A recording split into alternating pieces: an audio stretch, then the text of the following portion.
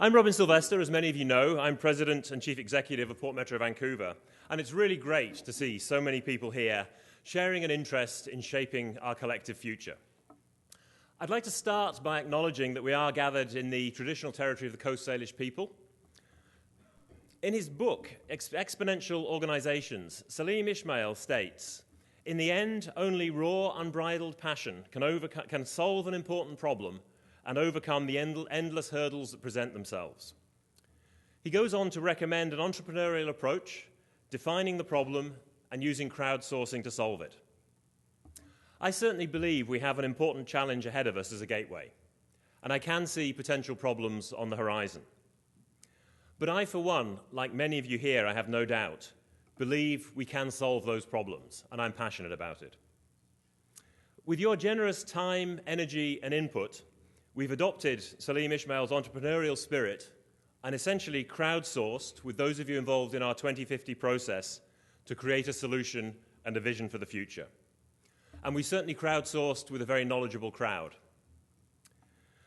First, let me just sort of talk through the problem that I see and then share a bit about how we've gone about solving it. And I'll talk you through a few of the results of the collective visioning work that we've done.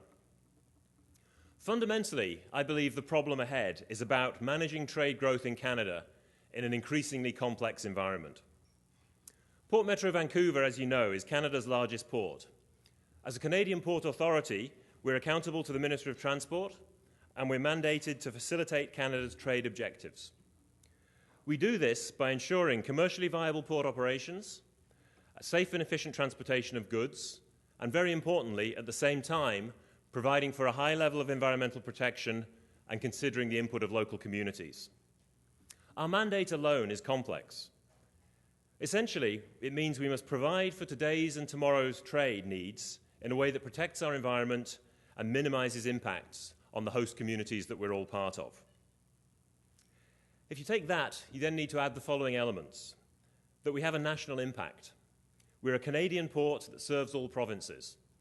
Trade through the gateway here in Vancouver extends well beyond our local communities, literally as far as Cape Spear on the eastern coast of Canada to Cape Columbia in the north. And Canada's trade is growing. There are no economic indicators suggesting it will slow down. To give you some perspective of the importance of the gateway here in Vancouver that we're all part of, consider the following. I'm sure you've heard me say that $1 in every 5 of the goods traded in Canada moves through our port. Fully $500 million a day of cargo. Putting it a different way, which is somewhat topical at the moment, 500 Greater Vancouver detached homes trading every day is the amount of cargo that's going through the port. Or in volume terms, 140 million tons. We had our analysts calculate it. It's 215,190 cubic meters if it was all grain. Put it in a more intelligible way, if it was piled up as a cone, with its base extending from Pacific to Robson Street, the pile would be 5 times the height of the Sheraton Wall Centre, basically a mountain, and that's 1 year's trade if it was all grain.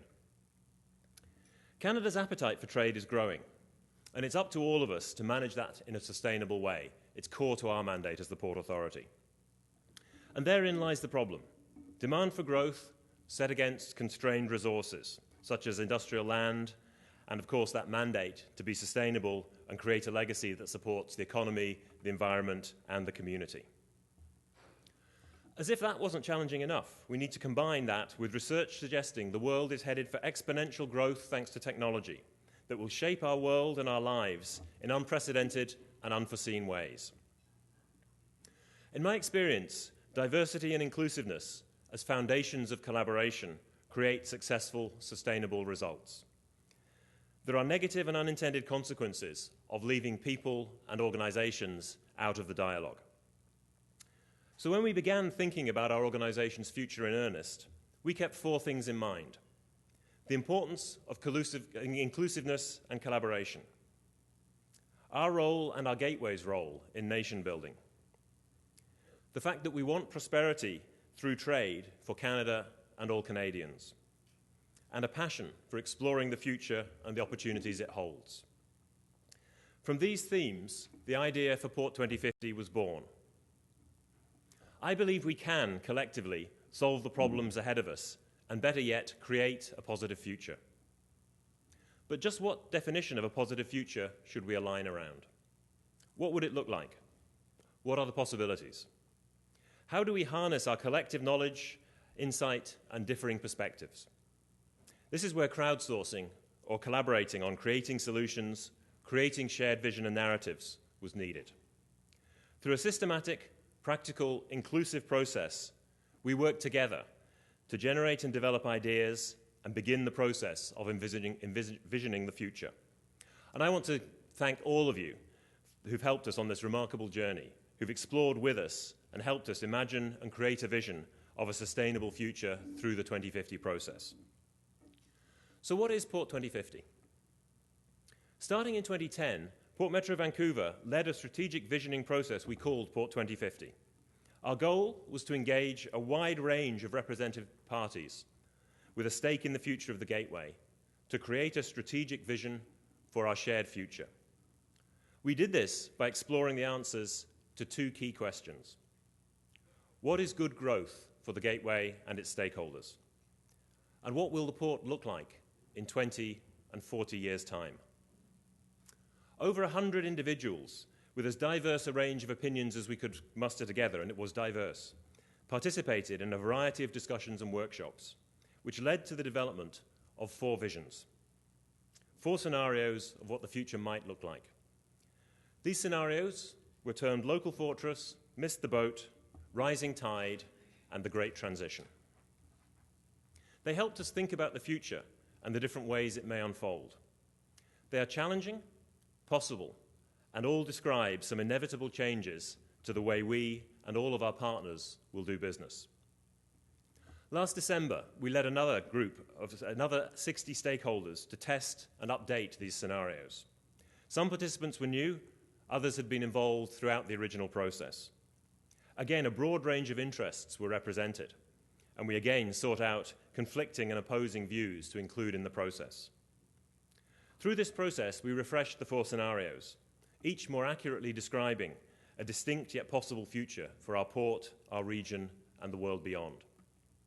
We confirmed the validity of the scenarios and updated them where necessary. For example, the global prosperity model that formed one of the themes underlying the 4 scenarios was the subject of considerable debate. The model is about the nature of demand and describes patterns around globalization, macroeconomics, energy, and whether we might transition to an alternative prosperity model based around a triple bottom line. In the end, it was felt that a divergent but still very likely future could indeed be a shift towards that triple bottom line prosperity model. Additionally, through our refresh process, we recognize that the world has changed in the years since the original scenarios were developed. I'd like to briefly summarize the 4 refreshed scenarios and then talk through some of the key changes that we collectively observed. The local fortress scenario refers to a constrained gateway growth due to a focus on regional and local matters, while globally there is a shift to an alternative prosperity model. The Missed the Boat scenario suggests emerging market growth is strong, but our gateway misses key opportunities and doesn't live up to expectations due to inefficiencies, poor stakeholder alignment, and a lack of community support. In the rising tide scenario, we predict continued growth, but in the context of increased volatility due to competition for resources, a growing wealth gap, and climate instability. And finally, what we've defined as our aspired scenario, the Great Transition, is where we see a paradigm shift, a period of intense volatility driving a rapid transition to a different prosperity model more focused on triple bottom line. Through this work, we highlighted a stronger focus on 4 trends that we saw emerging more clearly since the work in 2010. These trends are, firstly, an increased focus on climate change. Research linking human activity to climate change is recognized more as a certainty than a hypothesis. Corporations and governments are starting to build the potential impacts of climate change and responses to it into their thinking. Secondly, economic recovery and the growing wealth gap. Since 2010, major global equity indices have posted huge returns in excess of 80%, but the economic recovery has not benefited all layers of society equally. There is an increasing concern about the widening wealth gap. Also, economic growth in China has started to moderate, and there is increasing uncertainty about the sustainability of growth rates in China. The third trend, a shifting energy landscape. We've seen a significant shift in the global energy production landscape. In the long run, a reliance on hydrocarbons doesn't look sustainable.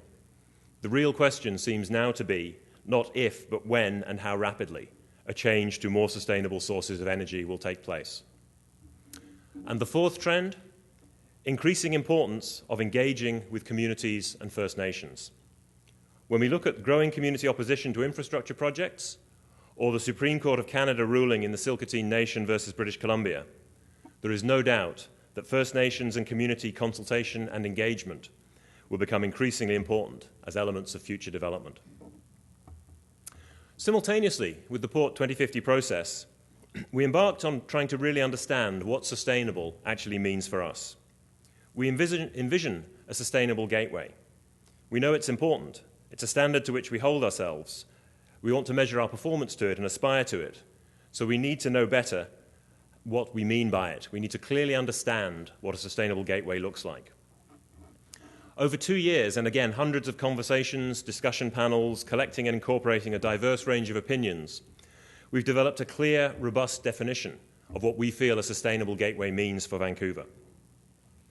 Together, we view a sustainable gateway as one that will generate economic prosperity through trade, maintain a healthy environment, and enable communities to thrive. Our board of directors at Port Metro Vancouver has firmly endorsed this approach, and we're very excited to be integrating it rigorously into our business planning.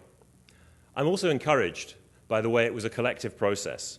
Many of you here, our gateway partners who helped us define it, are also readily adopting the approach, implementing efficiencies and long-term planning over a myriad of programs, whether it's investments in cleaner technology or ever more focus on environmental performance in day-to-day operations. Our combined efforts on these two processes have concluded with both a refreshed view of our 2050 scenarios and a clear vision for a sustainable gateway. And our outlook is optimistic. I'm really excited by this.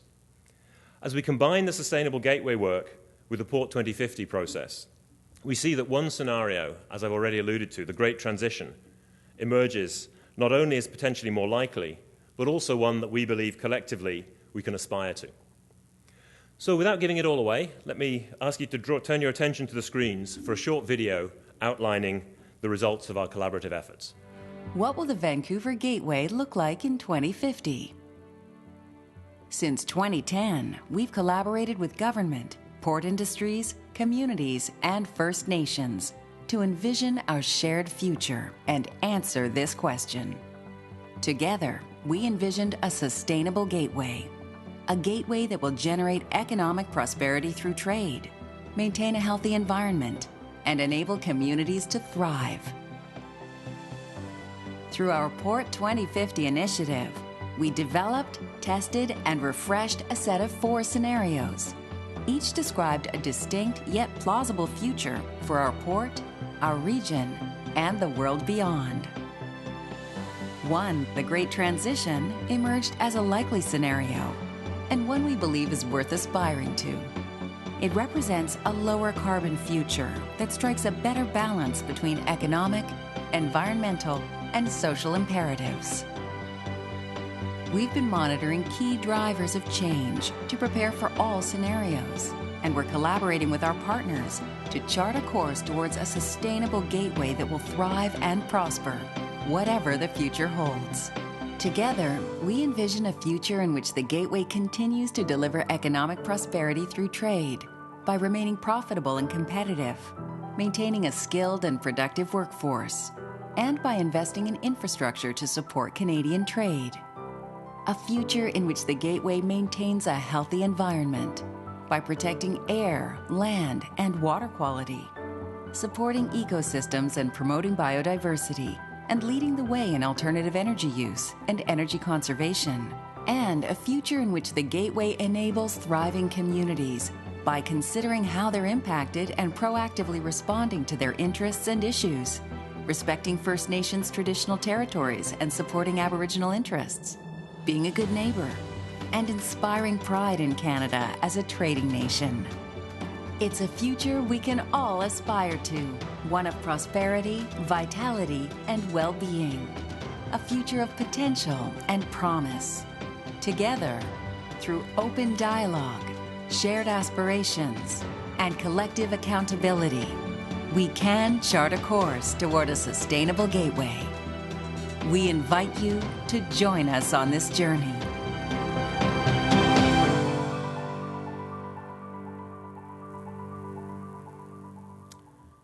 So there we have it. And I'd like to sincerely thank all of you who've been involved in this work and the immensely valuable contributions you've made to shaping this vision. It's only by working together and collaborating that we will come closer to defining and reaching our aspired goals. So I want to thank you for being part of this entrepreneurial and exploratory look at the future, which in many ways is only just beginning. We look forward to working with you together as we build a sustainable gateway that thrives in the Great Transition.